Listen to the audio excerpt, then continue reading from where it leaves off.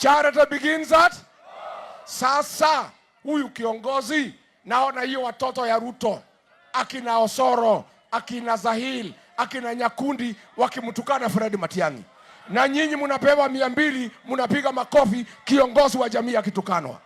Mimi nataka niwaambie nyinyi, kama mnataka tutembee na huyu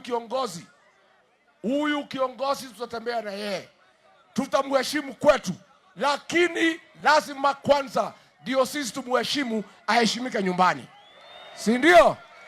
Mimi nashangaa sana pale kwetu Mlimani, hakuna kiongozi anatukana mimi akiwa Mlimani. Wakitaka kunitukana wanaenda kunitukania Sugoi.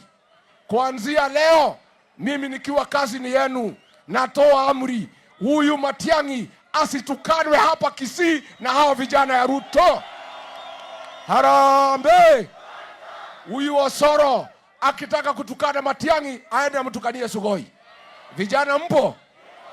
Hii vijana, huyu kiongozi akitukanwa tena nitatafuta nyinyi nichape nyinyi kiboko.